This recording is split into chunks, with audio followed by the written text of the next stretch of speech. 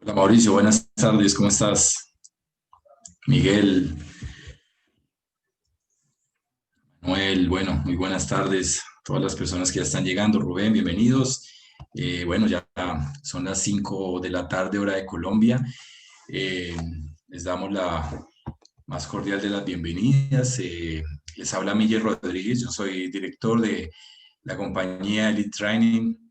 Somos una empresa colombiana, ya con 24 años de experiencia en la industria, principalmente en formación, entrenamiento y capacitación especializada, donde pues esta línea de confiabilidad y mantenimiento pues la venimos trabajando desde hace ya bastante tiempo con cursos, programas de especialización, diplomados especializados para la industria de hidrocarburos, de minería, el sector de energía y en general el sector productivo.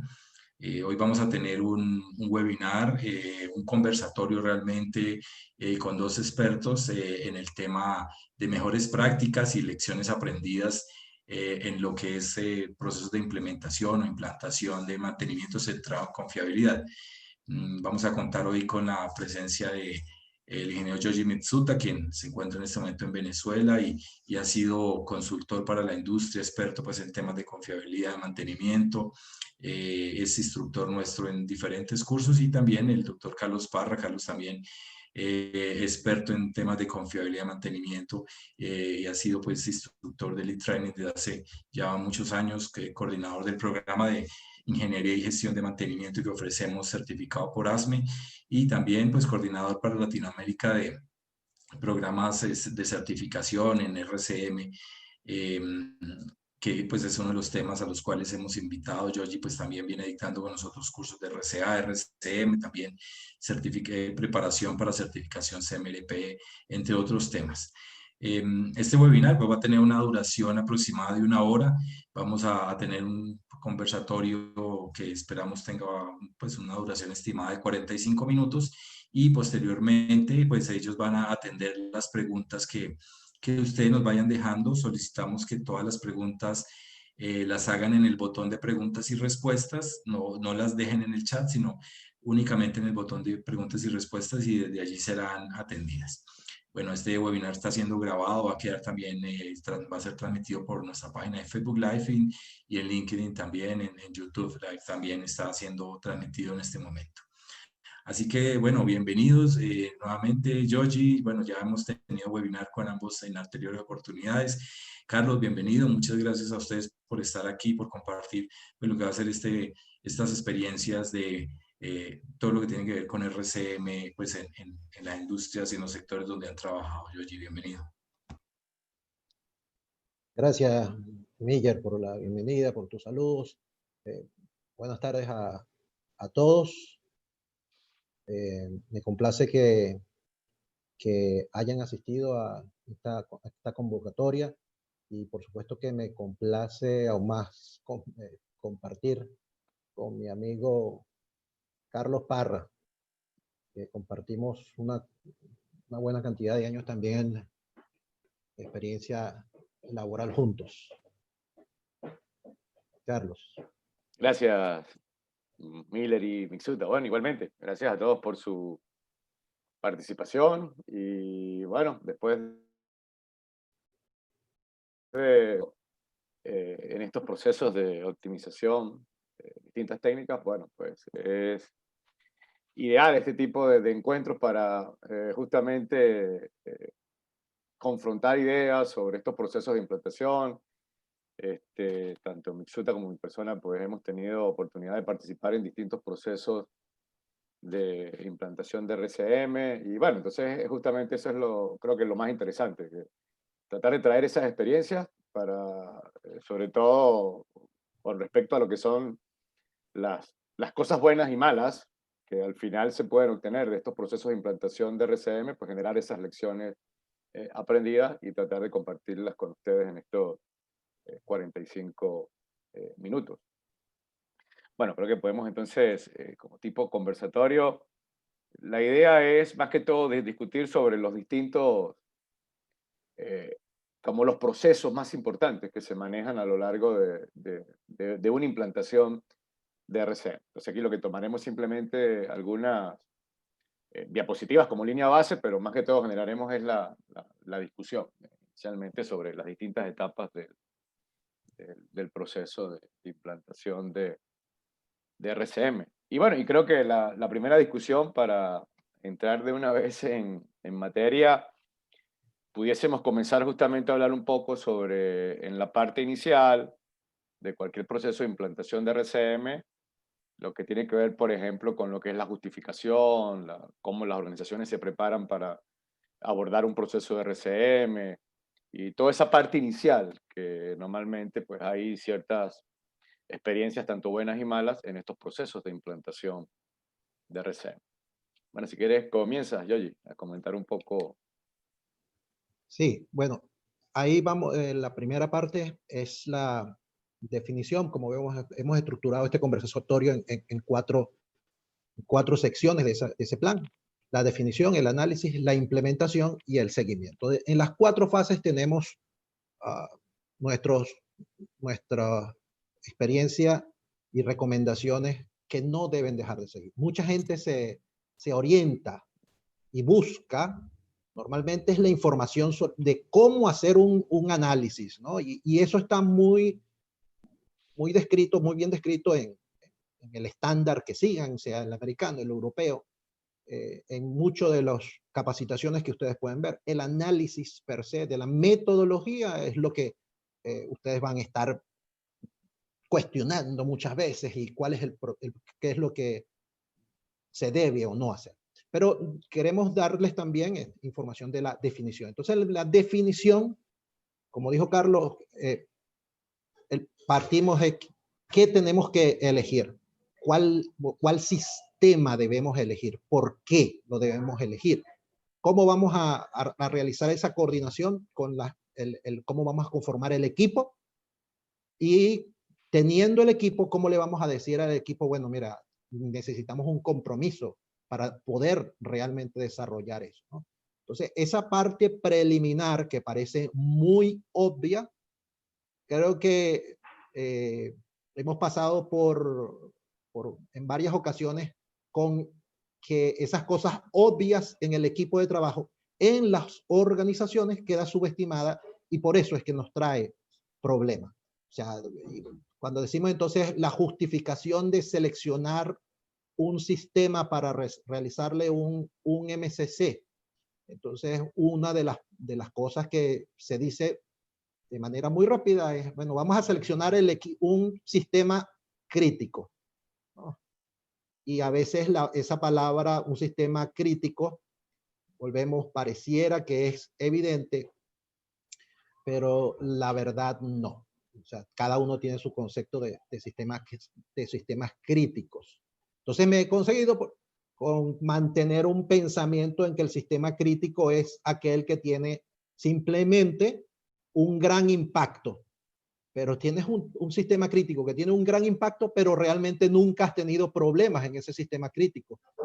Y realmente tienes muy poca historia, por lo tanto, de lo que le has realizado a ese equipo. No sé si te ha pasado ese tipo de cosas, Carlos.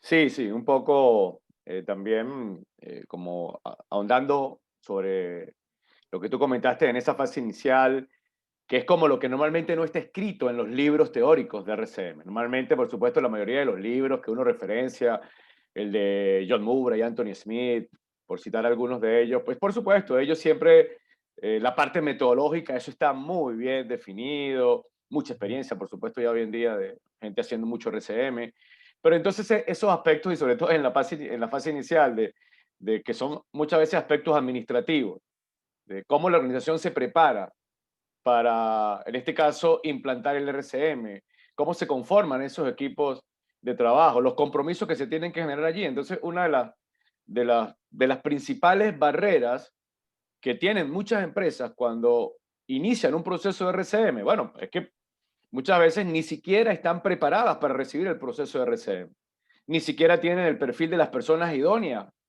Entonces, no, es como, bueno, lo discutíamos hace ratito, no, necesito un grupo de especialistas, pero ¿quiénes son esos especialistas? Es decir, los especialistas no es cualquier persona que vamos a traer allí, Sí, dependiendo justamente del sistema que vamos a evaluar, bueno, que vamos a evaluar una gran turbina, entonces yo necesito tener especialistas que conozcan de todos esos equipos que conforman esa gran turbina, porque claro, yo voy a necesitar de, bueno, conocer la parte de instrumentación, control, parte eléctrica, parte mecánica, porque al final el proceso de RCM me va a ayudar a optimizar la estrategia global de mantenimiento de esa gran turbina, ¿no?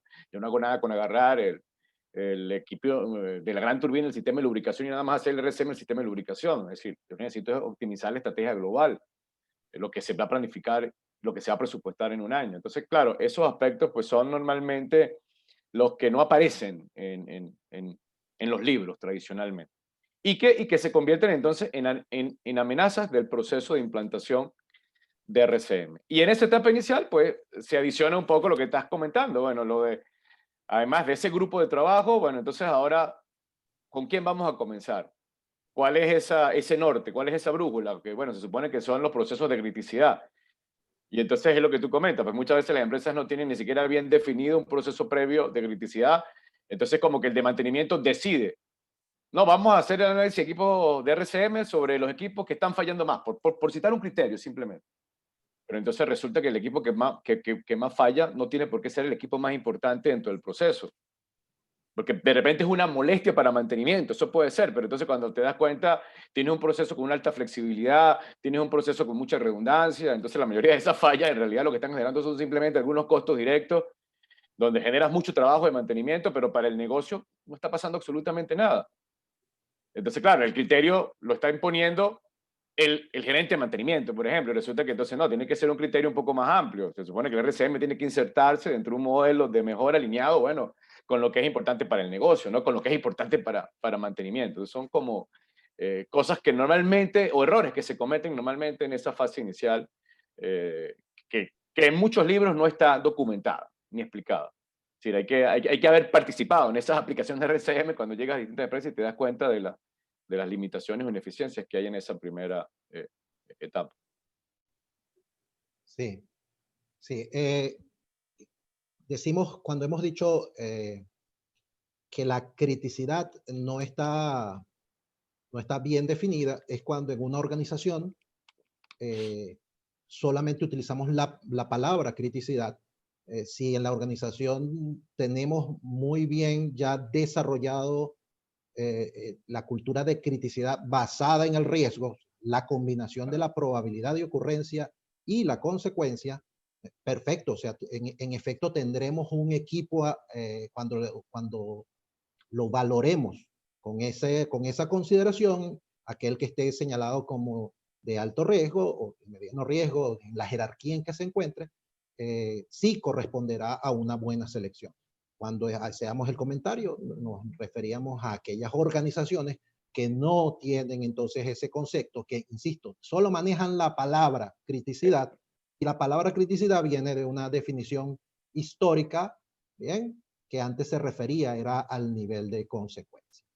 Una de las preguntas que también se hacen muy frecuentemente en las capacitaciones es cómo manejar cuando el gerente no está convencido de hacer un RCM, pero los técnicos, el grupo de ingenieros, de analistas, desean hacer un RCM, ¿no? Entonces, es el ímpetu de manejar nuevas técnicas, metodologías, hacerlo mejor a través del RCM, pero la gerencia no está convencida. Eso es parte de la definición, de esa etapa de definición. Y mi recomendación es que hay que contener ese ímpetu, porque la dirección de la empresa siempre va a estar exigiendo unos resultados que están de alguna manera, obviamente con sus objetivos y con un plan de trabajo que tiene la organización.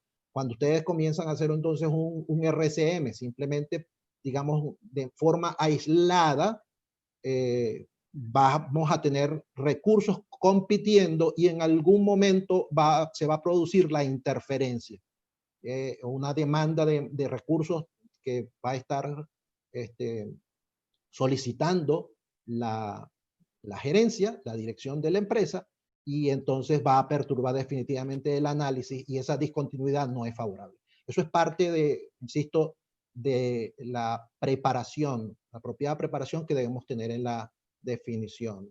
¿Qué te parece, Carlos? Sí, fíjate, bueno, uno de los errores muy comunes, como tú comentas, que se repiten en muchas empresas que deciden muchas veces abordar un proyecto de RCM, es que el inicio de esa decisión parte probablemente de un grupo técnico, que muchas veces es del área de mantenimiento. Entonces, equivocadamente, ese grupo técnico, en vez más bien de conseguir aliados en las distintas organizaciones, nos dice, bueno, vamos a hacer RCM nosotros mismos, no necesitamos a más nadie acá. Entonces ya hay partes mal, porque entonces ya te estás aislando del resto de las áreas. Y resulta que, bueno, una de las claves para que este proceso de RCM termine generando un plan óptimo que sea capaz de cubrir las necesidades del negocio es que tú tienes que tener a otros actores allí. Tienes que tener, bueno, el actor de operaciones, el de procesos, el de calidad, el de seguridad, porque el plan de, y sigo insistiendo, el plan de mantenimiento no tiene que simplemente satisfacer lo que quiere hacer mantenimiento nada más. Si tienes que satisfacer un objetivo como negocio. Pero claro, cuando entonces muchas veces también los grupos técnicos se hacen esa pregunta, oye, pero ya ponerme a convocar al de operaciones, al de procesos, eso se me va a complicar. Entonces ya es como sienten que van a perder un poco el control administrativo de la ejecución de mantenimiento y entonces no quieren como comprometer esos recursos adicionales. Y bueno, pero eso es un error que lamentablemente pasa factura más adelante. Porque entonces terminas haciendo probablemente una estrategia de mantenimiento solo para mantenimiento y el resto de la organización no te presta mucha atención.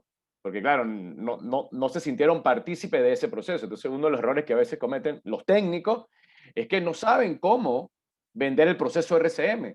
Porque lo venden simplemente como una estrategia o como una herramienta para solo mejorar planes de mantenimiento.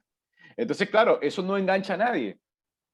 Ah, bueno, cuando el de operaciones escucha el de mantenimiento, bueno, pero ¿para qué me están convocando estas personas para que yo vaya a una reunión de trabajo si cuando hicieron la presentación del proyecto lo que me dijeron es que van a mejorar planes de mantenimiento? Bueno, eso es trabajo del área de mantenimiento. En ningún momento me hablaron que ibas a mejorar o me ibas a ayudar a mejorar indicadores asociados a la producción, rentabilidad, nada, sino, bueno, ellos no se sienten atraídos por esa metodología. Entonces, bueno, ahí comienzan uno de los calvarios que normalmente tienen los facilitadores de un proceso de RCM, cuando entonces tienen que salir a buscar a las personas para que asistan a las reuniones de trabajo. Entonces comienza a hacerse muy ineficiente ese esquema de reuniones donde tienes que estar detrás, bueno, de personas que son de otras áreas o de otros sectores como operaciones, procesos, calidad. Y bueno, y entonces al final pues muchas veces el facilitador se termina cansando y dice, bueno, yo no lo voy a seguir convocando y yo me reúno aquí con mi instrumentista, con mi mecánico y con eso hago mi RCM. ¿Y va a salir el RCM? Sí, va a salir.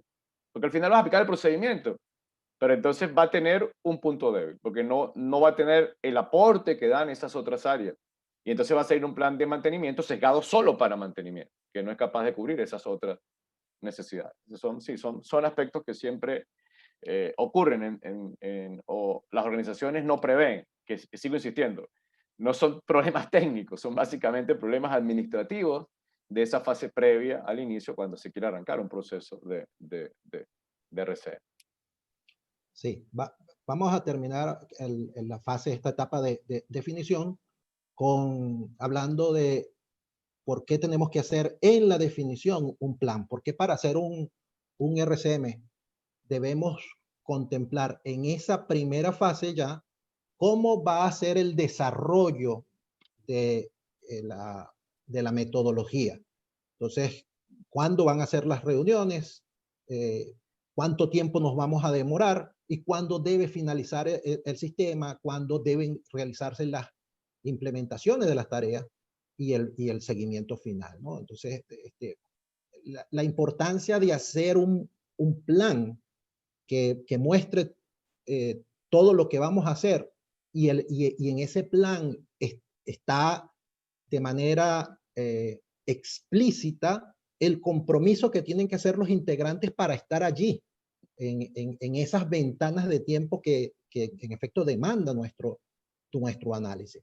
Entonces, esa es otra parte que administrativa, como ha dicho Carlos, que muchas veces se deja, digamos, muy desestimada, no se realiza y por eso entonces simplemente vamos a hablar del análisis en cada reunión y al final la relación de avance versus lo que hemos estado invirtiendo de tiempo, no lo tenemos visible. Ni siquiera tenemos visible por qué estamos gastando más tiempo. ¿Bien?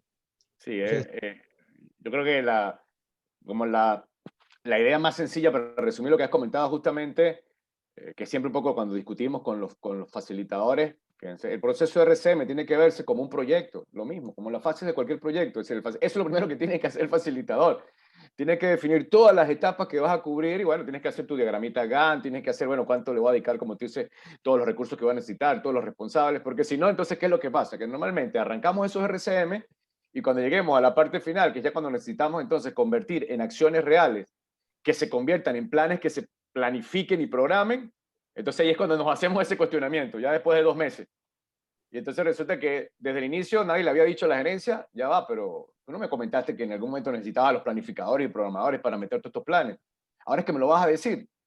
Entonces resulta que ahora tienes a ese planificador hasta acá que no tiene tiempo para meter ninguna actividad adicional. Pero está el RCM hecho, en teoría, por supuesto, en papel. Y entonces lo que hiciste fue puro RCM en papel, que eso lo que genera es un gasto simplemente, porque mientras no conviertas todas esas actividades en acciones reales, que se planifiquen y programen, olvídense, no estamos haciendo absolutamente nada con el proceso de RCM. Entonces es una cosa, bueno, como lo más sencillo, tratar de que el facilitador, bueno, tiene que tener, por ejemplo, esas habilidades de montar un pequeño proyecto y establecer todos los hitos de ese proyecto, que va a ser el proceso de RCM, con su responsabilidad. Y justamente eso le va a permitir también ver dónde hay puntos débiles de la organización, dónde le va a costar más conseguir ciertos recursos para cerrar esas brechas a la hora de hacer esa implantación de RCM. sí. Bien, bueno, entonces pasamos al análisis. Es Sí, donde normalmente tenemos mayor cantidad de preguntas porque es exactamente lo que está en todos los estándares y en toda la bibliografía, ¿no? Es la parte operacional. claro. Entonces, allí dentro de las etapas podemos entonces decir, bueno, cuáles son los grandes problemas que tenemos en las 7 preguntas de, del RCM, las 7 clásicas preguntas del RCM. Entonces, Carlos. Claro, eh, fíjate, allí, cuando ya entramos específicamente en lo que es, hablemos de la columna vertebral, del proceso de RCM, que bueno, cuando hablamos justamente, tomamos como referencia siempre esas 7 preguntas, yo las trato de simplificar un poquitito más. Al final es como 2 grandes procesos que están inmersas entre las 7 preguntas, que son el análisis muy efecto de fallos y la parte final, que es, bueno, el uso del árbol o el flujograma de decisión de RCM para justamente poner a competir las distintas estrategias de mantenimiento. Entonces, claro, en esos 2 grandes subprocesos, pues por supuesto ahí van esas 7 preguntas que te ayudan o son como la guía para comenzar a cubrir cada una de las etapas del proceso de implantación. ¿Qué decir la definición del contexto? ¿Qué decir la definición de la función, la falla, el modo, el efecto? Y luego, bueno, la fase final, que ya tiene que ser con el proceso de definición de la estrategia de mantenimiento. Ahora, y bueno, en esta primera parte, sobre todo del análisis muy efecto de falla, bueno, ahí como yo considero que hay un par de aspectos críticos. Primero, el inicio, el contexto operacional. Entender muy bien el entorno, el volumen de control, la información real del equipo que vamos a evaluar. Que entonces muchas veces, por ejemplo, arrancamos los RCM con simplemente tener el manual de operaciones. Y resulta que entonces el manual de operaciones, el equipo tiene más de 10 años y bueno, las condiciones ahora de la operación son totalmente distintas. Entonces, bueno, ahí hay que actualizar toda esa información porque yo no voy a hacer el RCM sobre un contexto teórico, yo tengo que hacer un RCM sobre un contexto real.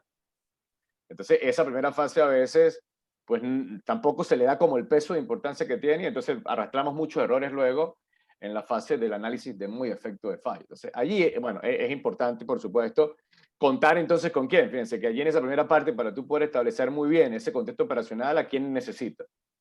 Al de operaciones, al de proceso. Entonces, justamente lo que comentaba hace rato, no, que nos ha sido muy difícil traer al de proceso y al de operaciones. Bueno, busquemos el manual de operaciones, leámoslo y ahí saquemos un resumen del contexto operacional. Y arranquemos, porque hay que hacer RCM. No, si tú como facilitador no tienes a ese operador y el operador que conozca bien, porque no te vas a tener entonces el operador que tiene una semana en la planta para que con todo el desconocimiento que tiene, más bien agrega más incertidumbre dentro de ese proceso. Entonces ese es como un punto inicial que yo considero que es bastante crítico a la hora de lo que es el inicio del análisis de modo y efecto de fallo. Sí, fíjate que coincidimos, en otras ocasiones hemos hablado exactamente del mismo punto en la fase de análisis. Hemos considerado que el contexto operacional es la parte más desestimada de todo el análisis.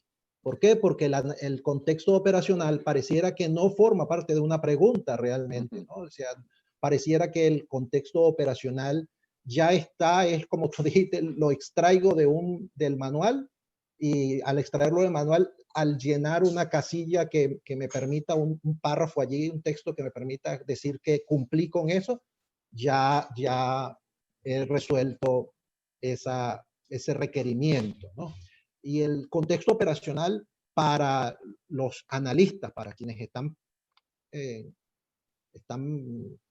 realizando el análisis, es fundamental porque es lo que les permite realmente particularizar el análisis. Si usted hace un análisis sobre el libro, en el libro usted nunca va a ver, en ese libro de procesos, de operaciones, usted no está viendo los problemas que sí les están sucediendo en su instalación, en la cotidianidad. Entonces, nosotros necesitamos en ese contexto operacional es poder ver ese tipo de adversidades.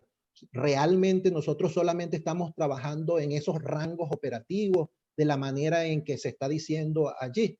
Y entonces, si no lo tenemos, si no lo reflejamos en el contexto operacional, si para los que están participando no se lo hacemos ver, de la misma forma, entonces al momento de hacer esos señalamientos de fallas, no vamos a tampoco estar pendiente de esas particularidades. Entonces el contexto operacional es sumamente importante, y considero sí que es muy menospreciado porque es parte de un cortar y pegar allí que cuando se hace así no tiene ningún valor. Claro, fíjate que eso que tú comentas, por supuesto, el punto de partida, entender bien entonces ese contexto operacional, entender, por ejemplo, aspectos de cómo está operando la máquina, normalmente en una condición real, entonces resulta que esas variables operacionales no son constantes, bueno, dependiendo también del sector donde estemos, pero por ejemplo, hay contextos operacionales donde nos ha tocado trabajar que, por ejemplo, una misma unidad de bombeo en un mismo turno de trabajo trabaja en 3 condiciones distintas, con 3 productos distintos. Y esa es, y eso es lo normal, que todos los días ocurran cambios continuos con variables, operaciones totalmente distintas. Entonces, claro, si no se entiende bien esa variabilidad de ese proceso, claro, entonces cuando yo voy a definir, que yo considero que son la parte más importante ya para establecer luego la estrategia de mantenimiento, bueno, establecer los modos de fallo y los efectos, entonces yo lo que voy a simplificar son tanto los modos como los efectos. Entonces, al simplificar es como estandarizar, porque claro, mucha gente a veces en los procesos de DRCM se asustan un poco, es por la cantidad justamente de modos de fallos y tipos de efectos que pueden ocurrir. Pero bueno, si esa es tu realidad operacional, tú tienes que adaptar tu plan de mantenimiento a esa realidad, porque si lo que haces es simplificar y estandarizarlo, entonces lo que vas a generar igual es como agarrar el mismo plan de mantenimiento del fabricante, solo que hecho bajo el enfoque RCM. Ah, pero tenemos RCM, sí, pero todo lo que hiciste fue copiar el plan del fabricante. Y entonces, ¿eso para qué sirve? No, pues no sirve de mucho, porque entonces esa sí es la función que tiene que hacer el fabricante, estandarizar los planes, porque eso es lo que él debe entregar. Pero el que tiene que optimizar la estrategia de mantenimiento no es el fabricante, es el dueño del activo. Y el dueño del activo entonces tiene que entender muy bien cuál es la relación de ese contexto operacional con los modos y los efectos, que bueno, ya yo diría que esa es la parte justamente neurálgica del método de RCM, porque dentro de ese análisis muy de efecto de fallo, el éxito de un buen plan de mantenimiento va a depender justamente de cómo definamos esos modos de fallo y de cómo entonces establezcamos los efectos y las consecuencias que generan esos modos de fallo. Ahora, Carlos, tú consideras, pasando ya de los contextos a la función, ¿cuánta importancia le das a desarrollar apropiadamente la función, el enunciado de la función en esta primera fase? Sí, fíjate, bueno, sobre todo, bueno, igual, lo que pasa es que la función pasa a ser una consecuencia del contexto operacional.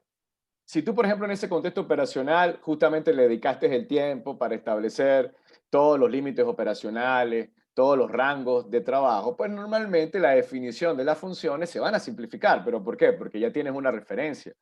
Ah, bueno, ya cuando entonces vas a establecer una función principal del sistema de bombeo, entonces, claro, tienes como soporte que en el contexto operacional definiste bien los límites, los valores operacionales de trabajo, los distintos entornos en el que pueden cambiar esas variables, pues se te hace mucho más sencillo establecer los estándares de operación en las funciones.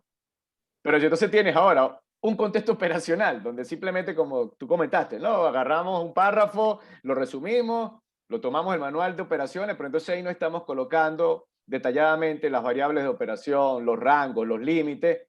Claro, entonces cuando venimos a definir las funciones, vamos a definir funciones muy genéricas, sin establecer rangos, y entonces, por supuesto, eso nos va a claro, eso va a simplificar luego la evaluación del efecto.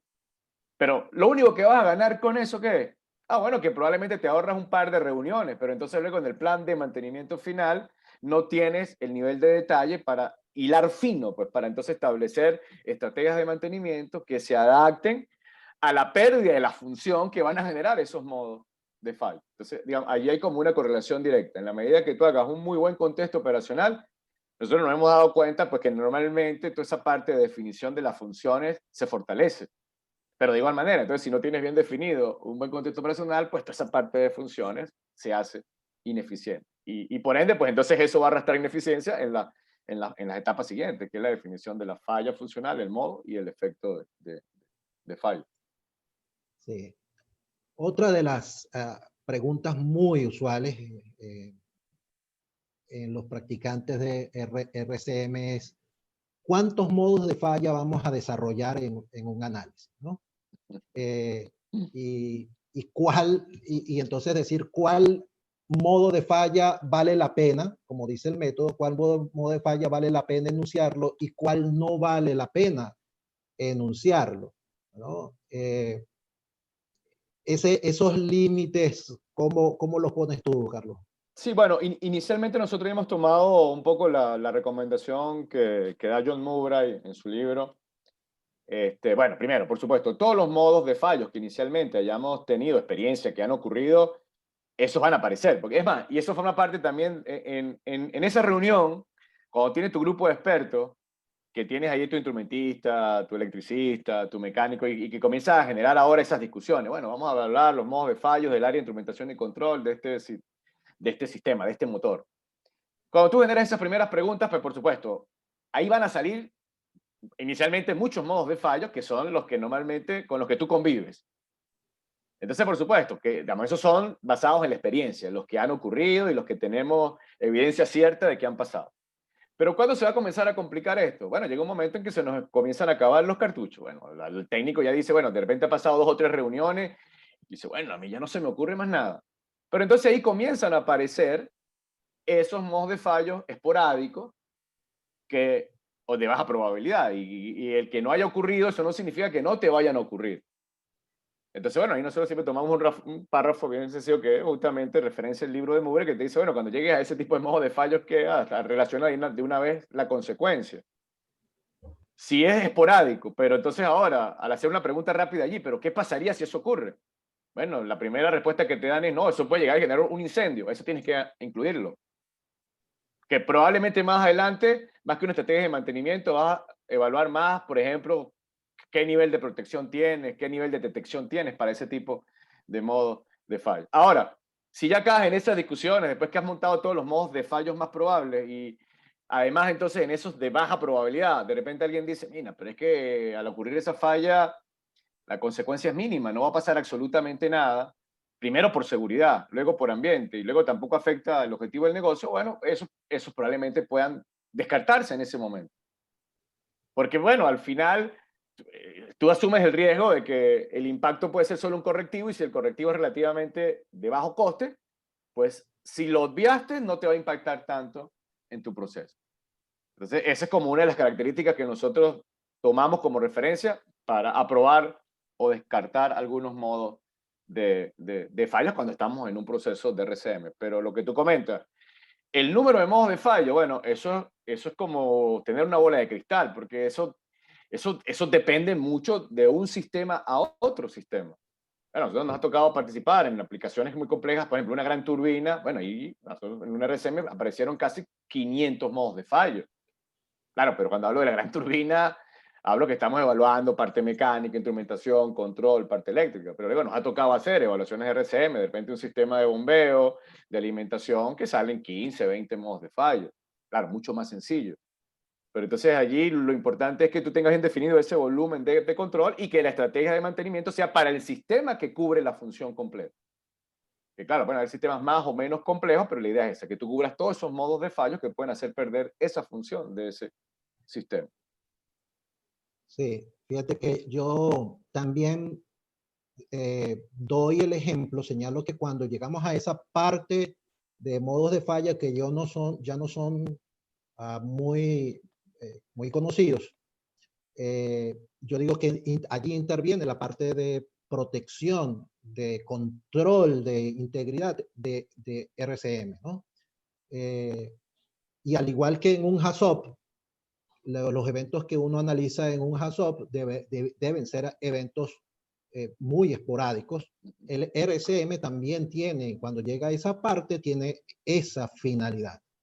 En ocasiones, quizás no nos está ocurriendo, no se nos está presentando el modo de falla de una manera muy frecuente, y es porque para ese momento, si tenemos una instalación que está operativa ya un tiempo, y algún modo de falla a lo mejor no se nos está presentando. Y si no se nos está presentando es porque ya quizás tenemos algún plan, alguna acción que mitiga la aparición de ese modo de falla. Claro. Entonces, claro, si nosotros no señalamos ese modo de falla, la posibilidad de ese modo de falla que está siendo protegido, o sea, porque ya alguien había asumido la posibilidad de esa ocurrencia, si no lo colocamos, entonces podríamos estar desestimando una acción que está haciendo su trabajo. Entonces es la combinación, como bien dijiste, en efecto necesitamos conocer esa consecuencia, todas las modos de falla que me generen una alta consecuencia, no necesariamente tienen una aparición, pero esa aparición, ojo, del modo de falla puede ser porque está siendo resguardada o ha sido resguardada hasta ese momento por una acción de mitigación. Entonces hay que tener mucho cuidado con ese tipo de cosas también. Claro, aquí también es importante, bueno, tú mencionaste ahorita metodologías como el HACCP. Claro, bueno, eso también forma parte un poco del trabajo que tiene que hacer ese facilitador. Por ejemplo, si vamos a hacer un RCM sobre un equipo o una instalación donde, por ejemplo, ya se ha hecho un HACCP. Bueno, la idea del facilitador es que justamente él busque esa información preliminar de los análisis que se han hecho sobre ese equipo. Entonces, porque eso forma parte de la información para ese contexto operacional. Y entonces probablemente te va a ayudar justamente cuando llegas a ese tipo de modos de fallo, que no son los de alta probabilidad, pero que son los de alta consecuencia, y que lo más seguro es que en el HACCP se deben haber evaluado ese tipo de desviaciones. Entonces, te va a ayudar.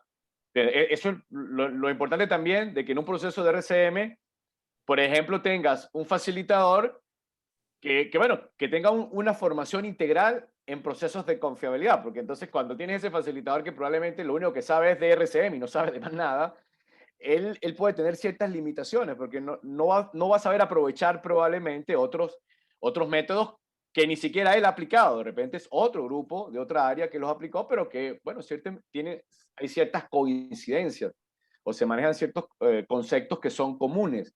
Entonces tú los puedes comenzar a aprovechar en tu proceso de RCM. Y bueno, y esto también abre un poco la discusión sobre, yo considero que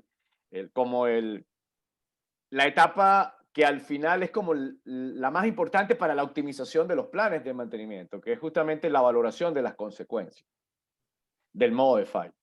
Que bueno, allí, aunque varias bibliografías recomiendan ciertos procesos, ahí también es un debate muy interesante porque no hay un único método que te permita valorar las consecuencias.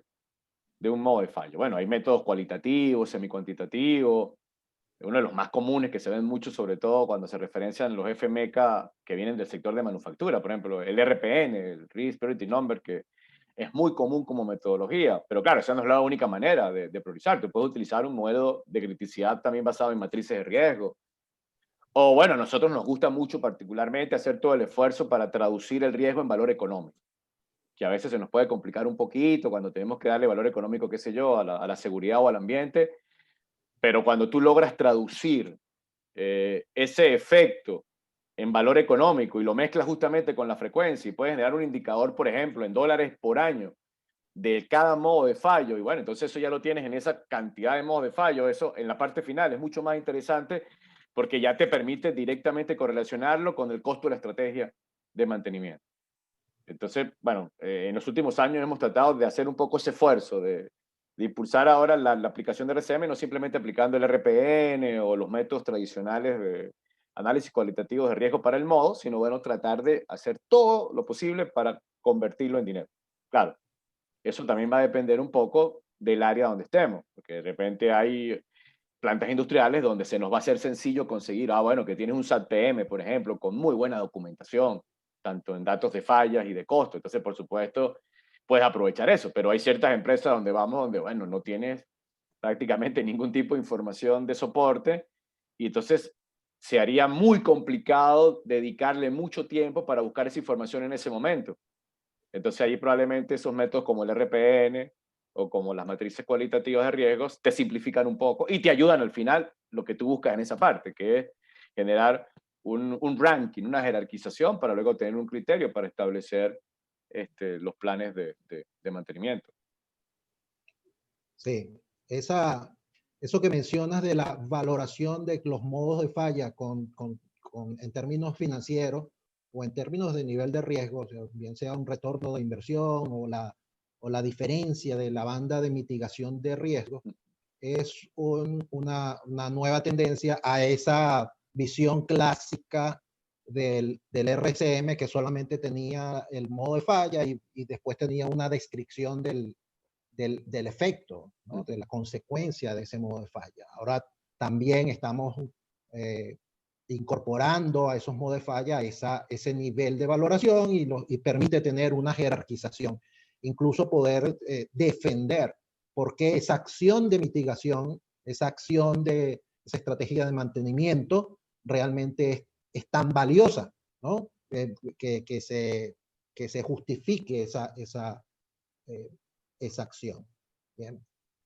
Claro, sí, eso le da hoy en día como una magnitud diferente también al proceso de optimización ya de los planes de mantenimiento. Y es bueno, lo que discutíamos hace un par de días atrás, lo que bueno, hoy en día se está llamando como RCM3, pues, hablan un poco entonces de la introducción, de los conceptos de riesgo para la optimización de la estrategia de, de, de mantenimiento. Entonces, eso pues fortalece mucho, sobre todo esa parte final del proceso de optimización de planes de mantenimiento. Y lo bueno también, cuando se introducen ahora estos modelos de riesgo para el análisis del efecto del modo de fallo, es que te permite también no generar un proceso estático, sino tú puedes generar umbrales de riesgo, es decir, calcular que si el pesimista, el optimista, y en función de cada modo de fallo, pues tú puedes ajustar la estrategia de mantenimiento para el umbral de riesgo que tú estás dispuesto a aceptar. Que por supuesto es muy diferente cuando vas a hacer una aplicación de RCM que estás, por ejemplo, en una planta nuclear, donde por supuesto ahí te vas a ir siempre a protegerte contra el umbral pesimista. Y es más, y eso es por norma que te lo van a obligar, pero entonces de repente estás en un sector agroindustrial donde tú no puedes imponer el mismo criterio de la industria nuclear. Entonces ahí tú puedes ser de repente un poquito más flexible y aceptar de repente un riesgo mucho más alto. Y entonces las estrategias de mantenimiento allí, cuando pasen a competir en la parte final, bueno, pues probablemente en ese sector agroindustrial, pues tienes más flexibilidad de irte con opciones de mantenimiento reactivos. En cambio, por supuesto, cuando estás en ese RCM del área nuclear, ahí, bueno, ahí el 98, 97, 99% de todas las actividades básicamente tienen que ser actividades proactivas, porque te tienen que ayudar no solo a minimizar el riesgo, sino a potenciales riesgos también, porque ahí nadie quiere asumir la responsabilidad de que ocurra un potencial fallo en un sistema nuclear, por ejemplo.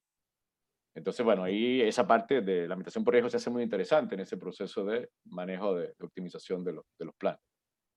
Bien, para finalizar esta etapa de análisis, con respecto a la última fase del análisis, que es el árbol de decisión, ¿cuáles son tus recomendaciones, Carlos, en el árbol de decisión? Sí, bueno, fíjate, allí el árbol de decisión, pues al final termina siendo una consecuencia de lo bien o de lo mal que hagas tu análisis de modo y efecto de fallo. Que eso es interesante porque la gente siempre tiende a pensar, no, que yo hago RCM y siempre va a ser un buen plan de mantenimiento. No. Usted hace una RCM y puede salir un muy mal plan de mantenimiento si no hizo bien el trabajo previo. Entonces, claro, todo este esfuerzo que se hace justamente en tener bien tu contexto operacional, en haber definido bien tus funciones, tu modo y haber valorizado o cuantificado ese efecto, bueno, eso va a rendir frutos en la etapa final. Porque entonces al final, cuando llegas a la parte final, el programa de decisión, en términos muy sencillos, pues no es más que un pequeño algoritmo que lo que pone es a competir las distintas estrategias de mantenimiento, que es una de las cosas interesantes también como metodología del RCM, que el RCM no da por hecho que hay una mejor estrategia de mantenimiento y siempre es la que tienes que implantar. No, esa tiene que competir. Entonces dentro de esa discusión, pues bueno, siempre vas a poner a competir el mantenimiento por condición, la sustitución, el recondicionamiento y bueno, y el no hacer mantenimiento, que es una política del RCM, también entra en esa competencia y el rediseño, que es otra cosa muy interesante porque entonces el RCM no te limita simplemente a pensar en mantenimiento, él te da ese tipo de alternativas, bueno, ¿y por qué más bien no evalúas una posible reingeniería? O también, bueno, o por qué no evalúas más bien el no hacer nada. Porque si el riesgo es mínimo, pues de repente la mejor política es como en inglés, uno ve por allí muchos esos libros, el run to failure. Entonces, eso es muy interesante en la metodología, porque claro, donde estemos aplicando el RCM, dependiendo del nivel de riesgo, fíjense que ahí esto tumba un poco el paradigma de los clásicos mal llamados indicadores de clase mundial. No, que todas las empresas tienen que tener 80 de mantenimiento preventivo y 20 de correctivo. Eso es falso. Tú puedes llegar con RCM y en un sector donde, como la industria nuclear, y bueno, eso va a ser 99% de mantenimiento proactivo y bueno, y prácticamente 0% de actividades reactivas, porque el riesgo ahí es muy alto. Pero de repente te vas con la misma dinámica del RCM a un sector donde los niveles de riesgo son más bajos, entonces resulta que ahí, de la lógica de RCM, salen al final 60% de mantenimiento correctivo y 40% de mantenimiento proactivo. Entonces, esa empresa no es clase mundial. No, claro que es clase mundial. Lo que pasa es que está adaptando su estrategia de mantenimiento al nivel de riesgo de sus modos de fallo. Entonces, para él, lo que maximiza la rentabilidad de ese proceso es manejar un 40% de preventivo y un 60% de correctivo. Pero en la planta nuclear, lo que maximiza su objetivo como negocio es hacer 99% de mantenimiento proactivo y solo 1% de mantenimiento reactivo. Entonces, ese es, fíjate, al final, toda la estrategia de mantenimiento es una consecuencia de haber hecho bien todo el análisis de muy efecto de fallas, porque al final es simplemente una lógica que hay detrás y esa lógica, bueno, es simplemente pues, siguiendo el flujograma, es respondiendo las preguntas que se contestan en la fase previa, bueno, el tipo de consecuencias, si es una consecuencia que afecta a la seguridad o el ambiente, y en función de eso, pues entonces vamos a poder competir las estrategias, partiendo primero de teóricamente, las actividades por condición, y luego, bueno, pues uno va buscando otras alternativas, pero siempre entendiendo que hay que responder dos preguntas para justificar un plan. Primero, si técnicamente es factible y si es económicamente rentable. Y tienen que pasar siempre ese doble filtro, y ese doble filtro está amarrado al riesgo de cada modo de fallo. Bien, dadas el tiempo, ya nos quedan dos fases, el de implementación, que así como al principio decíamos que la definición se tomaba como de manera muy implícita, o sea, todo el mundo se supone que había pasado por una definición, cosa que no es así, las comentábamos. Y de la misma forma, cuando llegamos a la fase de implementación, es otra de las cosas que es olvidada. La gente queda saciada, ¿sí? Los técnicos quedamos, parece, saciados con haber realizado nuestro análisis de RCM, aplicamos ya la metodología, tenemos todos los resultados, pero entonces la fase de implementación, al momento de todo ese trabajo, lograr pasarlo, a cargarlo a nuestro sistema de gestión de mantenimiento, y que sea entonces desarrollado por los técnicos de mantenimiento, que sea ejecutado, eso no ocurre. ¿Sí? Sí, sí, bueno, eso es, las empresas que yo menciono a veces son las que hacen RCM en papel, pues. Hiciste toda la implantación metodológica y no cerraste el círculo.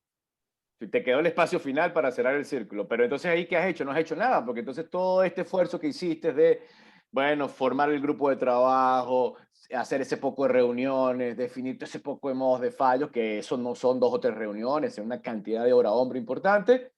Entonces ya tienes el plan de mantenimiento optimizado, pero lo tienes en papel. Y entonces resulta que ahora todo eso tienes que convertirlo en acciones. Y acciones es, bueno, buscarle cabida en el proceso de planeación, programación y ejecución. Si eso no se cierra en esos procesos finales, no hemos hecho... En ese momento, ¿en qué se convierte el proceso de RCM? En un gasto simplemente. Ah, no, que hicimos RCM, pero ¿dónde está? No, está ahí en la hoja en Excel, está en el software de RCM. No, pero es que alguien tiene que haber agarrado todo eso y metido dentro del proceso de planeación y programación. Si eso no se hace, lamentablemente perdimos el tiempo en el proceso de RCM. ¿Cuál sería, a tu consideración, Carlos, la causa más común por la que ocurre eso? Sí, bueno, esto está amarrado un poco a la primera parte también, a lo de la falta de definir el proceso de RCM como un proyecto completo. Y bueno, cuando entonces muchas veces estas actividades, pues las agarra simplemente el técnico, el ingeniero de mantenimiento, que bueno, está en su volumen de control, que a veces es muy cerrado, entonces él hace el esfuerzo es para llegar hasta allí. Pero no, él no se está dando cuenta de que entonces el RCM no es solo eso, el RCM es la fase final que tienes que cerrarla. Entonces, por supuesto, allí el problema más común es justamente la falta de visualización de esos grupos que inicialmente impulsan el RCM y que no se dan cuenta de que la etapa final no es la entrega de los planes de mantenimiento basados en el flujograma de RCM. No, la parte final es la etapa, bueno, hay un par de etapas siguientes. Luego es que logres convertir en acciones todos esos planes, pero luego tienes que auditarlo. Porque ahí tampoco, bueno, por supuesto, si logramos que por lo menos se ejecuten, uno dice, bueno, ya ahí algo debe cambiar, pero ahí tampoco hemos finalizado, porque luego tenemos que esperar que esos planes de mantenimiento se asienten, hacerle seguimiento justamente a todos esos planes y luego tenemos que auditar el desempeño técnico y económico de esos planes.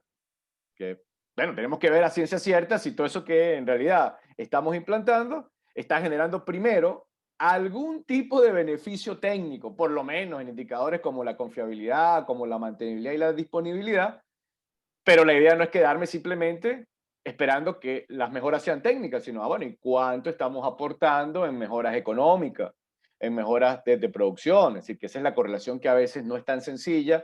Claro, que mucha gente hoy en día habla por allí, que siempre tenemos que correlacionar las herramientas metodológicas con el EVA, con el ROSEC, pero como que eso fuese soplar y hacer botellas de forma muy sencilla. No, eso no es sencillo, eso es complicado, porque primero tienes que medir bien el desempeño técnico.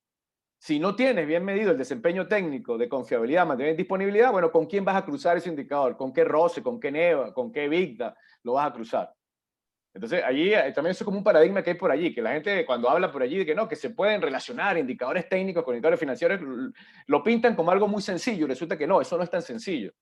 Pero no es tan sencillo porque no porque el indicador financiero no se calcula, no, ese se calcula, ese siempre sale. Es porque el indicador técnico no se calcula, porque no tenemos el tiempo para medir ahora el desempeño técnico de una evaluación de RCM. Entonces, claro, esos son como los puntos que tiene que tener en cuenta una organización cuando va a implantar esto. Si no se visualiza esto como un proyecto completo, cubriendo estas etapas finales del proceso, sino creemos que el proceso de RCM finaliza es con simplemente la definición de los planes, entonces van a ocurrir cosas como esa. Se van a generar ineficiencias y lamentablemente no vamos a terminar cerrando ese círculo de implantación real de acciones que salen del RCM.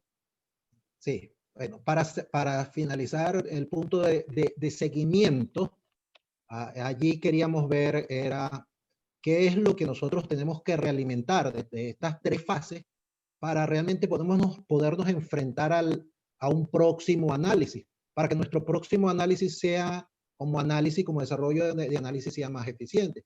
Y también en esa parte de seguimiento, como tú hiciste en este momento la transición, una vez que hemos implementado el plan, realmente estamos capturando entonces que ese análisis dio los frutos, que los modos de falla realmente fueron mitigados y han disminuido con respecto al antes de tener ese optimizado. Entonces, de esta última fase, ¿qué les diríamos para terminar? Claro, ahí fíjate, y bueno, primero ahí nosotros hemos como dividido, hay como 3 grupos de grandes indicadores que se pueden medir en esa fase final. Están primero como los más sencillos, los más directos, que son los administrativos, que bueno, y eso tiene que ver un poco con los indicadores que si el número de reuniones ejecutadas, cuántas planificaste y cuántas no se ejecutaron, porque son porcentajes interesantes, que bueno, que planificaste como facilitador 12 reuniones y resulta te diste cuenta que de las 12 al final terminaste haciendo 20, ¿pero por qué? Porque 8 de ellas nunca las lograste arrancar, o muchas de ellas tuviste que finalizarlas antes del periodo, porque bueno, porque esto está compitiendo con el día a día también. Entonces, esos son indicadores administrativos, bueno, al final el número de horas totales que le dedicaste, que si los costos de hora hombre para las aplicaciones de RCM. Pero luego vienen yo diría, los más importantes, que son los técnicos y los económicos. Pues. Y en los técnicos, bueno, entonces tienes que establecerse siempre un antes y un después. Claro, tienes que establecerse antes de la aplicación de RCM, se supone que tú tenías alguna estrategia, ya sea la del fabricante o la experiencia, tú venías haciendo algo, entonces hay que diferenciar. Bueno, por ejemplo, que comenzamos a hacer nuestra aplicación de RCM el 25 de marzo del 2019. En teoría, bueno, ahí vienen las reuniones, supongamos que en eso se te fueron 3 o 4 meses, terminaste ya de hacer todo esto, entonces agarraste ahora a tu planificador, entonces el planificador ahora cruzó todos los planes de mantenimiento que son de RCM con su plan real, los ajustó, y mete que se te fueron 2 o 3 meses más. Bueno, ya estamos hablando de 6 meses más o menos. Y luego de 6 meses que comienzan a salir, por ejemplo, de tu SAP PM, por citar un nombre de un software, ya comienzan a ejecutarse los planes. Pero yo no puedo medir inmediatamente, porque claro, esos planes tienen que asentarse dentro del equipo. Entonces, sí, probablemente tengas que esperar de 3 meses a 6 meses. Piense que una medición de RCM, normalmente, siendo muy optimista, no vamos a poder esperar menos de 9 meses, de 9 meses a un año. Y después de eso, entonces ahora es que sí vas a contrastar. Bueno, ya después entonces que esos nuevos planes supuestamente están surtiendo efecto, entonces bueno, nosotros ahí simplificamos al inicio, bueno, tratamos de simplificarlo con 3 indicadores técnicos, el mean time to failure, el mean time to repair y la disponibilidad. Claro, para evaluar los 3 procesos clásicos del mantenimiento, mantenibilidad, confiabilidad y disponibilidad. Y bueno, lo que uno espera es que en esa medición, bueno, por lo menos estos indicadores técnicos estén surtiendo efecto en los modos de fallos como mínimo críticos del equipo. Y ya luego, bueno, la idea es que yo pueda luego cruzar esas mejoras técnicas, pero con valores económicos. Bueno, por ejemplo, producción, costes por indisponibilidad. ¿Cuánto lograste recuperar ahora en términos de confiabilidad, pero que estás convirtiendo en más producción, por ejemplo? Porque entonces muchas veces logras obtener mejoras en confiabilidad, pero resulta que tu proceso no logras capitalizar esas horas en más producción, por ejemplo. Entonces, claro, eso es interesante porque a veces estás viendo que tu indicador técnico de RCM fue muy bueno, pero entonces de repente el dueño del activo te dice, oye, pero este año ese RCM, tú me estás diciendo que mejoraste la confiabilidad, la mantenimiento de disponibilidad, pero yo veo que el EBITDA no mejoró, por ejemplo, porque entonces no logramos capitalizar las horas adicionales que estamos ganando, por ejemplo, en confiabilidad, en toneladas adicionales. Pero entonces para eso tuviste que gastar un poco más de mantenimiento. Entonces, claro, ahí fíjate, el dueño del activo no es mantenimiento, probablemente es un financista, un contador, y él lo que va a ver es, fíjate, al dueño del activo no le interesa ni siquiera el mean time to failure ni el mean time to repair, no, él lo que va a ver es el EBITDA, el EVA. Entonces, cuando él vea que el año pasado dio un poco de dinero para un proyecto nuevo que era RCM, y entonces ahora imagínense que él compara el EBITDA del año anterior antes de hacer RCM contra este, y resulta que antes de hacer RCM el EBITDA era más mayor, y el único proyecto nuevo que metiste fue RCM. Claro, lo que se le va a venir a la cabeza a ese financista que es, coño, el RCM es un gasto. Que mejoraste la confiabilidad, sí, pero eso no se está traduciendo en mejoras para el negocio. Y si él es el dueño del activo, probablemente él te dice, próximo año dejemos de hacer RCM, porque a mí me gustaba más el negocio el año pasado. Claro, estoy siendo a veces muy frontal en este tipo de cosas, pero este tipo de cosas pueden ocurrir. Porque entonces caemos en la zona de confort, solo medimos el indicador técnico y no somos capaces luego de traducir esos indicadores técnicos en indicadores de corte económico, porque claro, insisto, ese trabajo no es tan directo. Hay que hacer bien los pasos previos, tener montado bien la estructura de indicadores técnicos para luego poder hacer ese cruce con esos indicadores de corte financiero. Y bueno, y siempre pensando que es un proceso de mediano y largo plazo, que no es algo que vas a obtener de la noche a la mañana. Sí, para finalizar, yo aquí en esta última fase de seguimiento, como dijimos, que es lo que nos permite tener esas lecciones aprendidas de las 3 fases anteriores y podernos enfrentar al siguiente Claro, análisis, ¿no? Poder darle continuidad a esta forma de trabajar, de optimizar planes. Entonces, una de las cosas que yo siempre le recomiendo a la gente es que este seguimiento, que esta valoración que estamos haciendo de lo que hemos obtenido con nuestro análisis, debemos presentarla a la dirección. es ¿Por correcto. qué? Porque realmente el poder presentar el éxito de nuestro trabajo es el alimento, el combustible para realmente capitalizar nuevos sponsors, o sea, nuevos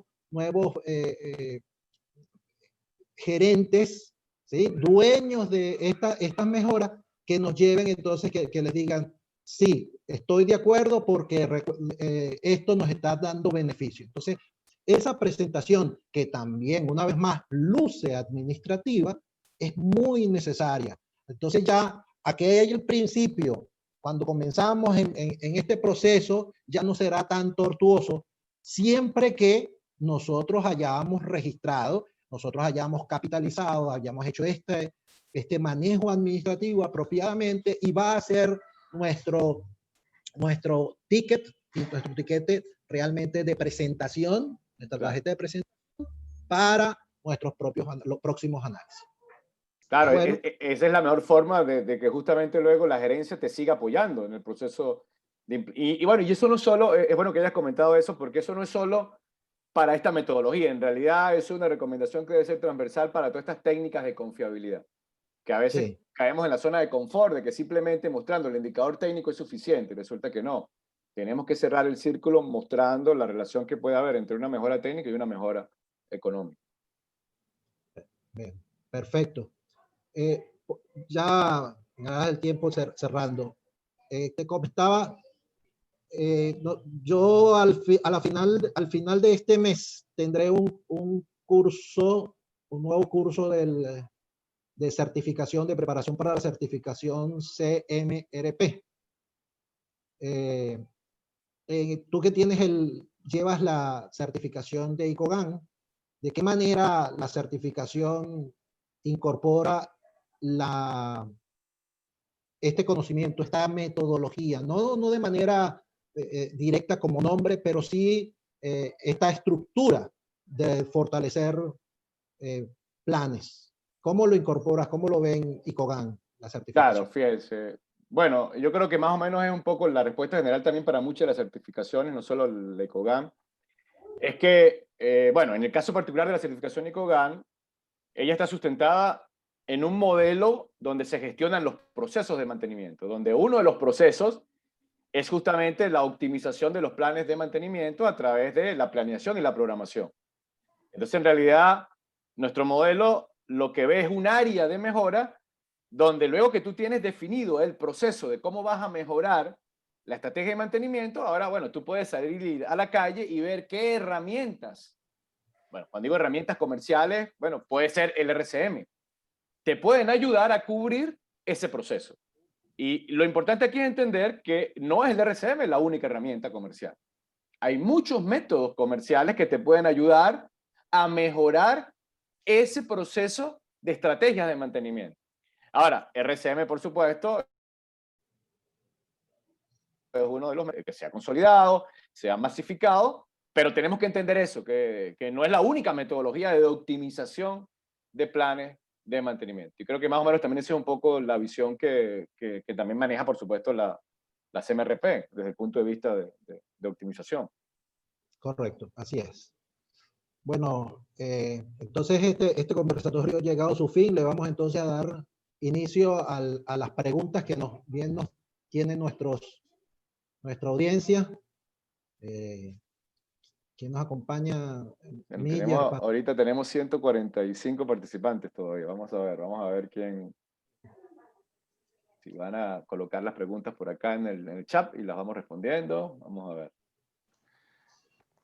ver. Carlos, Yogi, ya las preguntas están ahí en preguntas y respuestas. Ah, Ya, tenemos. las estoy tomando. Aquí.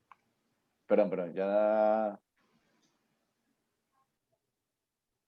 Ah, ok, sí, bueno, ahí hay una cantidad importante de preguntas. Bueno, no sé cuál estás viendo, Yogi. Podemos comenzar de la última hacia aquí el amigo Diego Osorio. No sé si estás viendo esa pregunta por allá. Si tengo dos funciones y un elemento causa la falla funcional de ambas, es necesario repetir el modo de fallo en el ANFET.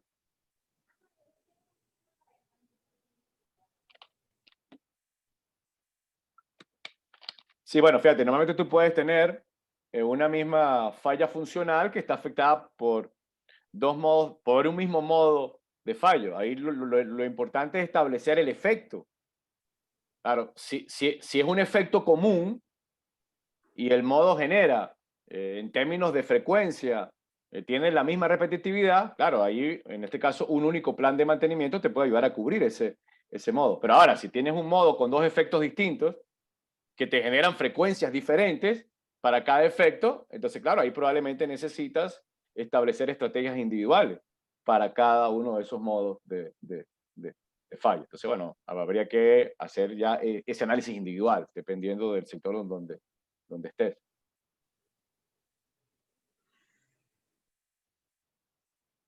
Habría otra pregunta por acá.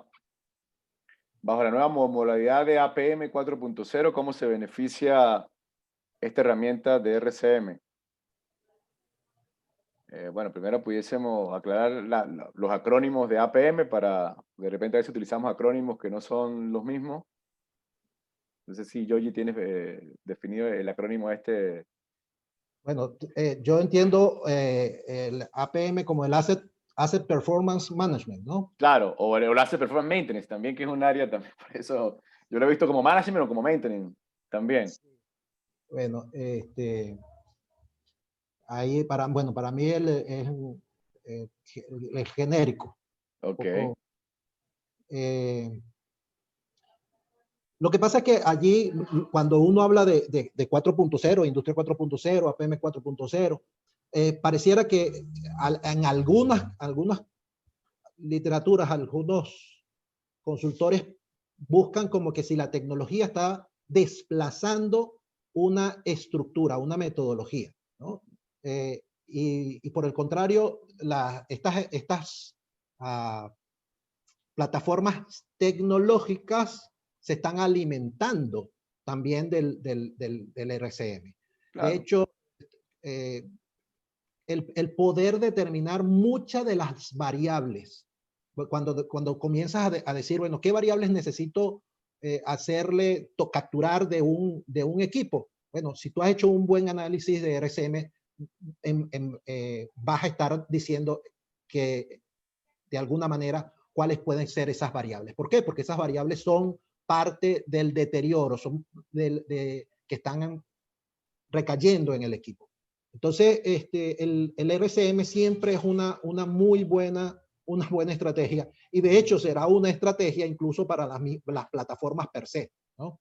Claro, fíjate que, bueno, aquí yo esto lo veo como un ejemplo, es decir, es una también si uno analiza un poco la evolución del RCM y, bueno, lo que uno diría, la fortaleza que tiene como método, a pesar de que es un método que se creó, bueno, hace más de 40 años, la vigencia que tiene ese método y la vigencia que tiene para lo que hoy, bueno, le estamos poniendo, por supuesto, un nombre comercial, póngale 4.0, digitalización, lo que sea, pero el RCM se adapta muy bien a todo esto. Un ejemplo, nosotros hicimos un par de aplicaciones de RCM donde teníamos, por ejemplo, modos de fallos asociados a rodamientos de un equipo que era muy crítico. Claro, con RCM se llegó a la conclusión de que la actividad idónea para eso era mantenimiento por condición, análisis de vibraciones. Ahora, fíjate la discusión tan interesante, y para esto no necesitas una metodología nueva ni nada. Pero tú puedes hacer un proceso de análisis de vibración, lo puedes hacer de forma manual, con un equipo portátil, lo puedes hacer, bueno, con un PLC que te lleve la información a un SCADA y de ahí la analiza, o le puedes meter una red neuronal con un sistema digitalizado y un twin digital. Fíjense, ¿y eso qué es? Eso es mantenimiento por condición, y la discusión sale del mismo RCM. Claro, por supuesto, eso está asociado al riesgo. Como en este caso el riesgo de esa falla era muy alto, más de $1 millón, pues ahí se justificaba meter una pequeña reingeniería, un rediseño, para meter el twin digital y la red neuronal. Usted le puede poner, usted que decidió mantenimiento 4.0, pero ¿qué es eso? Eso es mantenimiento por condición, utilizando herramientas de la era digital. Fíjate que eso es muy interesante porque nos está tratando de vender como que si ahora mantenimiento 4.0 es algo nuevo. No, no, no, no. Lo que tenemos son herramientas digitales que no teníamos hace 15 o 20 años como lo tenemos ahora, pero lo que están llevando es a su máxima expresión el uso del mantenimiento por condición, porque esas herramientas lo que van a tomar son las condiciones y en vez de que sea un viejito o un equipo portátil el que está analizando, no, ahora es una red neuronal. Ahora tienes un manejo de machine learning que maneja una big data con miles de datos que no lo puede manejar una persona individual. Entonces ahora eso es lo que va a ayudarme, las herramientas de la era digital, pero sigue siendo el mantenimiento por condición llevado a su máxima expresión. Y para eso, vea, RCM lo puedes utilizar. Sí, hay una pregunta un poco similar, pero específica del amigo César Díaz. Dice, cuando se habla de RCM, ¿estaría igualmente enfocado al mantenimiento predictivo en las empresas? Sí, amigo César, el RCM, de hecho, una de las estrategias que va a apoyar para generarse es mantenimiento por condición, mantenimiento predictivo cuando estamos hablando específicamente de un equipo de detección de anomalías, ¿no? de condiciones, como vibración, topografía. Entonces el RCM soporta, apoya el desarrollo de ese tipo de implantación de tecnologías. Claro. Así como estamos hablando del machine learning Claro. o el digitales en el 4.0. Bien. ¿Cómo mido el desempeño del RCM una vez implantado? Pregunta el amigo Evelio Chirinos.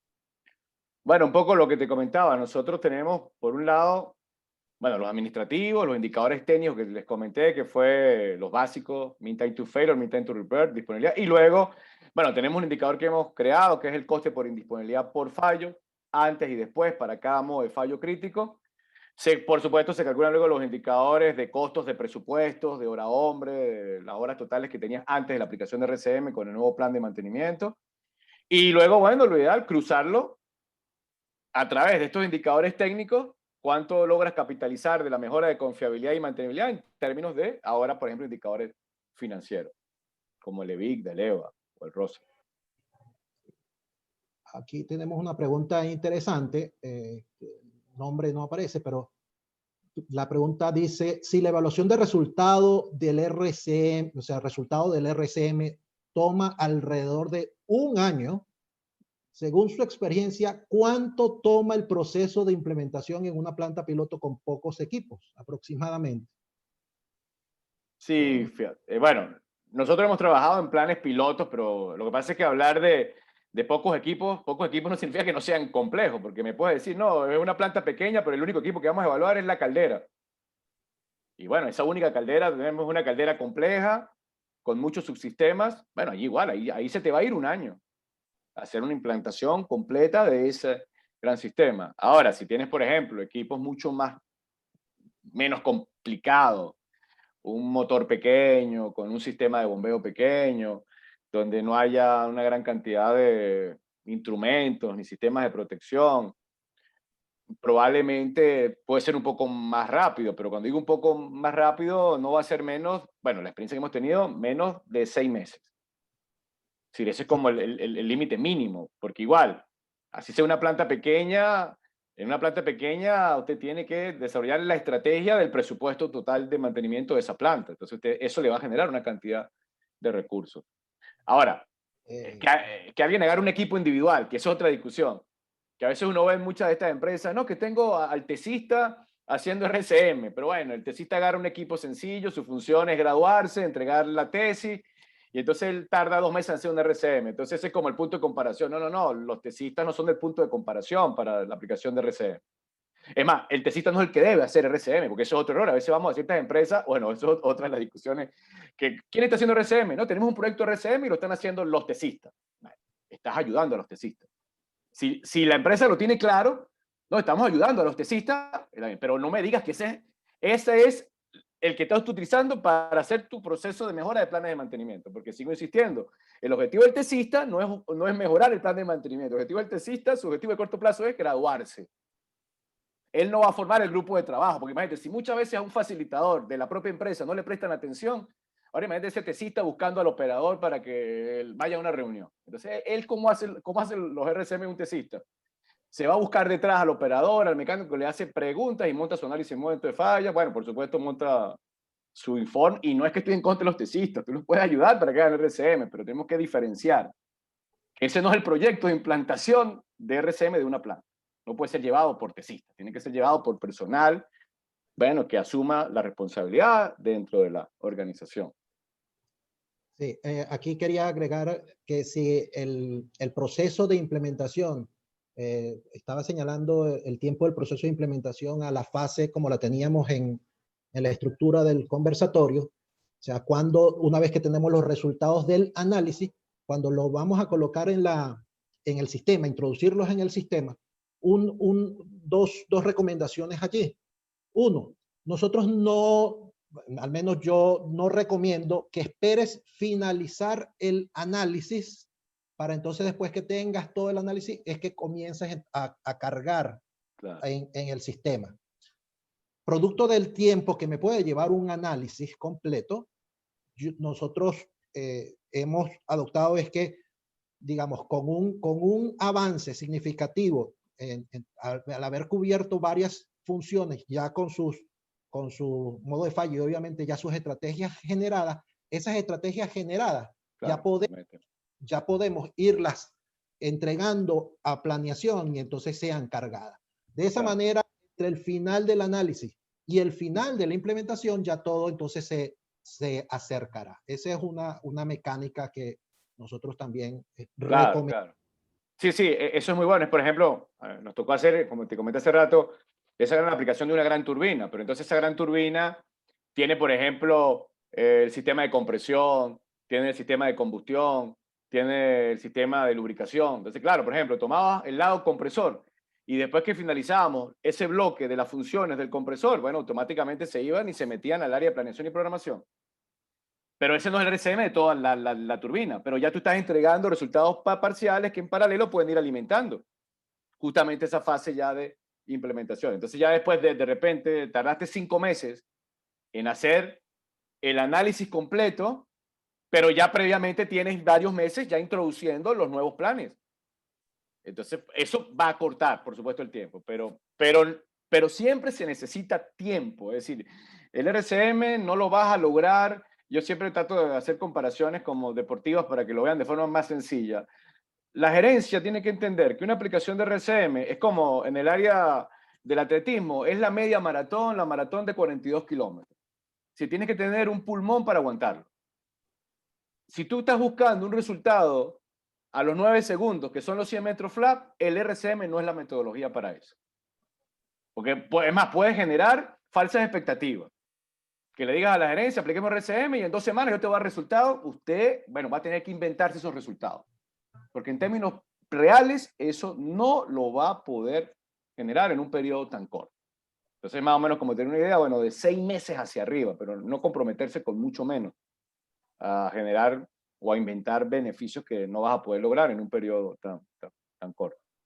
Sí, una pregunta aquí con una respuesta bastante rápida al amigo José Rodríguez. ¿Es posible aplicar RCM al mantenimiento de una flota de transporte de mercancía del tipo automotriz?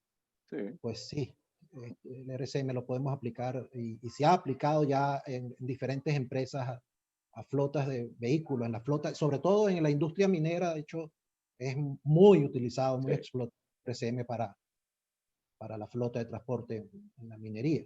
Sí, fuera de la industria minera, que es muy común ya el uso de RCM, a nosotros nos tocó hacer aplicaciones de RCM de flotas de transporte de buses. En Sevilla, España, se llama TUSAN, que es Transporte Urbanos de Sevilla, que es la que maneja toda la red integrada con el metro. Y bueno, ahí ellos tienen el modelo de RCM para definir toda la estrategia de mantenimiento de los autobuses.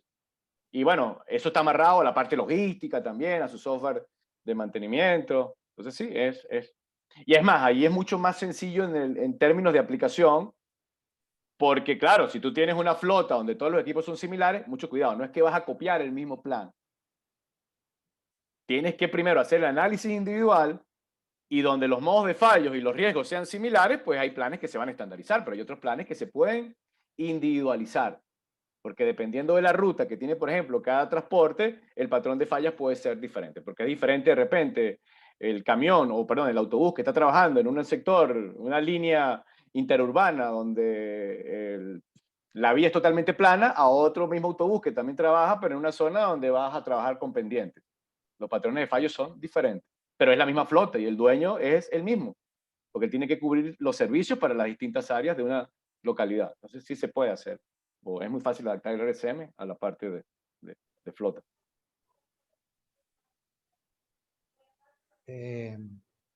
¿Cómo alineamos y correlacionamos el RCM con la implementación de un sistema de gestión de activos? Te dejo esa, Carlos. Bueno, aquí primero diferenciar, entender que gestión de activos es un modelo financiero, es un modelo de gestión administrativa, donde, bueno, eso está metido arriba, ahí. En la gestión de activos como modelo están metidos, son las directrices del negocio, los objetivos estratégicos del negocio. Mantenimiento simplemente va a ser un área que, por supuesto, tiene que alinearse con la gestión de activos, pero el RCM es una herramienta que inicialmente te va a ayudar a mejorar aspectos técnicos y económicos, y por supuesto, esas mejoras de esos indicadores técnicos y económicos, pues tú tienes que buscarle la manera de integrarlo con indicadores financieros, como el EBITDA, que eso es lo que va a estar pendiente el dueño del activo. Entonces, esa es la correlación que puedes hacer. Pero para llegar allá, primero tienes que entender que el RCM es una herramienta de optimización de mantenimiento. Que no es como, bueno, que hagas RCM, está haciendo gestión de activos. Bueno, eso son discusiones indirectamente, pero es entender que RCM es un modelo de gestión de mantenimiento y que, por supuesto, hoy en día, pues por tratar de vender muchas tonterías, pues muchos vendedores, pues lo que hacen es, no, que aplique RCM y bueno, de repente algunos te dicen, aplique RCM y usted va a obtener la certificación ISO 55000. Pero bueno, ¿y qué es eso? Ya va, el RCM no es la aplicación de la certificación 55000. Pero fíjate, hasta ese nivel se está llegando hoy en día. Entonces, mucho cuidado con vendedores de humo que hay por allí vendiendo tuterías. El RCM es un modelo de gestión o una herramienta que te ayuda a optimizar los planes de mantenimiento. Ese es el objetivo inicial. Y luego, bueno, tú tienes que buscar la manera de que esos planes de mantenimiento mejorados te ayuden, por supuesto, a pegarle a los objetivos claves del negocio. Pero entendiendo que el origen del método es un método de optimización de planes de mantenimiento. Sí, acá el amigo señor Carlos Quintero dice, en un RCM de un sistema, todos los componentes de este sistema deben ser analizados, tuberías, anclajes, accionamientos eléctricos y demás menores deben ser analizados. Bueno, Carlos, realmente el punto es que no veas el RCM como un explosivo de todo lo que tienes en el sistema. No vas a pasar por cada uno de esos componentes. Realmente lo que tienes que hacer es decirte, y como tal cual como lo dice la metodología, es planteártelo en términos de la función, la falla funcional y los modos de falla que vas a tener para cada una de esas fallas funcionales. Eso es realmente ocurre, ¿no? En algunos casos, los modos de falla van a estar alojados, ¿sí? Van a estar localizados en alguno de esos componentes menores. Y es allí donde aparece. Pero realmente no es que tú haces todo un despiece del sistema y partes de allí. Bien, entonces tú con el RCM puedes llegar a cubrir muchos de esos componentes menores como lo señalas, pero es a través de esos modos de falla que te están inhabilitando las funciones a través de la falla funcional. Claro, Sí, sí, y ahí para como ahondar también en esa parte, nosotros tomamos mucho la recomendación de Anthony Smith, que justamente él siempre correlaciona el concepto del ítem mantenible, que el ítem mantenible, cuando lo asocias a la función, no tiene por qué ser la mínima expresión de despiece, que es lo que a veces la gente tiene temor. Oye, que si hago RCM tengo que llegar al nivel del tornillo, ¿no? Porque el tornillo no va a ser un ítem mantenible asociado. Entonces tú puedes, por ejemplo, el RCM te va a llevar a definir justamente ese nivel mínimo de detalle óptimo, que puede ser la agrupación de varios componentes que se asocian a un modo de fallo y que te hacen perder la función. Y casos muy particulares, como comentó Mixuta, bueno, van a haber casos individuales donde sí se justifica llegar a un componente individual, pero porque él por sí solo justifica un plan de mantenimiento. Entonces, ahí no hay una regla única, pero el RSM te va a permitir hacer como ese despiece idóneo hasta el nivel mínimo recomendado para generar la estrategia de mantenimiento. Acá el señor Pedro Mora nos dice, ¿qué tan efectivo es realizar un RCM a un activo que se instala nuevo en la operación, cuando se tiene poca información del fabricante sobre los modos de falla que puede generar el activo en la operación? Bueno, Carlos y yo hemos tenido experiencia, de hecho, en ese tipo de situaciones. Y sí es posible. Yo no he tenido al menos una experiencia donde haya sido ese equipo, aunque es en una instalación nueva, digamos que estemos hablando de un equipo prototipo, ¿no? Que sea el primero en su clase. Y de hecho, en una bomba, para el caso de una bomba, un fabricante, en una ocasión sí se me presentó en una bomba de alta presión y era para ese cliente un prácticamente prototipo. Sin embargo, la funcionalidad sí era conocida y sin embargo así tomamos los modos de falla para esa funcionalidad, para esa operación, para esos tipos de operaciones los tomamos y lo consideramos en ese nuevo equipo.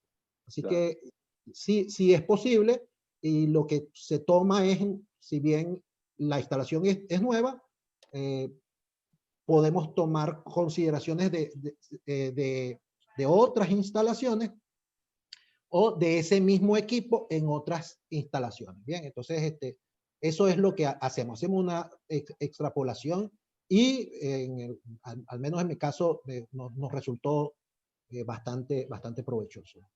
Tú, Sí, sí, Carlos. sí. El RCM fácilmente, bueno, hoy en día se habla un poco también de esa línea de aplicación de RCM en fase de diseño. Y bueno, y tú lo puedes llevar, hemos tenido oportunidad de trabajar hasta en prototipos. Bueno, cuando estuve en España en el doctorado, tuvimos la oportunidad de trabajar haciendo RCM. En ese momento era el submarino S-80 de la Armada Española, que estaba en prototipo un motor nuevo que estaban haciendo entre la parte, el motor lo estaba haciendo General Electric y la parte de instrumentación y control, ABB. Pero fíjense, ya esa serie existía, pero le estaban modificando para la nueva serie de submarinos, iban a meter un motor que era un prototipo. Y entonces la Armada Española les exigió a estos fabricantes que tenían que hacer un proceso de RCM. Entonces, bueno, a través de la universidad, nosotros fuimos los facilitadores de RCM. ¿Y con quién nos reuníamos nosotros? Con los ingenieros de diseño de ABB y General Electric. Y todo era basado en suposiciones porque se estaba haciendo un prototipo. Y claro, eso era muy interesante. Claro, tú podías tomar motores más o menos parecidos, pero era el primer motor que se iba a hacer con esas características. Y por supuesto, ahí el único que está en posición de hacer eso es el fabricante. Ahí no hay opción para más nadie. Pero luego, en la misma armada, nos tocó con un cazaminas. Ellos entonces lo que iban era hacer un upgrade de la máquina de propulsión, pero entonces querían que esa máquina que iban a meter nueva se hiciese con RCM. Claro, pero era nueva para ese motor, para ese barco, pero ya era una serie común para otros barcos. Entonces, por supuesto, ahí era mucho más sencillo porque era buscar información referenciada de ese equipo similar trabajando en otros barcos. Y bueno, y por supuesto, con el fabricante. Y la última aplicación de RCM en diseño fue en la ampliación del canal. Para la ampliación del canal, en el proyecto de lo que fue la parte nueva, del canal, los sistemas críticos, se les pidió a los fabricantes que iban a vender equipos para los sistemas críticos, ya el canal definió quiénes eran sus sistemas críticos, les exigía una cláusula que del plan de mantenimiento de esos equipos críticos tenía que hacerse con RCM. Entonces, muchas de estas empresas nos contrataron porque ellos, bueno, empresas que no tenían, nunca habían hecho RCM, ni era su especialidad, entonces, bueno, nos contrataron para hacer aplicaciones de RCM en fase de diseño. Y nos hemos dado cuenta que en ciertos proyectos nuevos ahora se están comenzando a generar ese tipo de recomendaciones, pues que se exige que los equipos críticos vengan con un proceso de análisis de RCM en fase de diseño. Claro, hay que hacer ciertas adaptaciones, pero sí, fácilmente se puede adaptar el modelo a ese escenario. Carlos, acá, ¿por qué debemos elegir RCM y qué condiciones debemos cumplir al momento de seleccionar? Bueno, porque primero, la pregunta ideal sería, ¿con quién compite RCM en términos de técnicas de optimización de mantenimiento? Entonces, yo comentaba que el RCM no es la única metodología. Ahora, como toda metodología de optimización, tiene sus pros y sus contras. Bueno, una de las ventajas que tiene RCM sobre todo es que está hecho para evaluar equipos con una gran cantidad de modos de fallo. Si usted, por ejemplo, tienes una instalación, un equipo donde tienes una diversidad de modos de fallo bueno, y tienes que diseñar una estrategia de mantenimiento que es más o menos compleja, el RCM te va a ayudar mucho allí. Pero entendiendo también que dependiendo de la naturaleza del sector donde ustedes están, muchas veces el RCM tiene ciertas limitaciones y necesita ser acompañada de otras herramientas. Por ejemplo, en sectores como el petroquímico, como las refinerías, por ejemplo, muchos de los fenómenos de deterioro, el RCM tiene ciertas limitaciones allí. Entonces hay metodologías como, por ejemplo, IBR, Integridad Mecánica, Fitness for Service, que son procedimientos que te ayudan, por ejemplo, a determinar ya procesos de deterioro.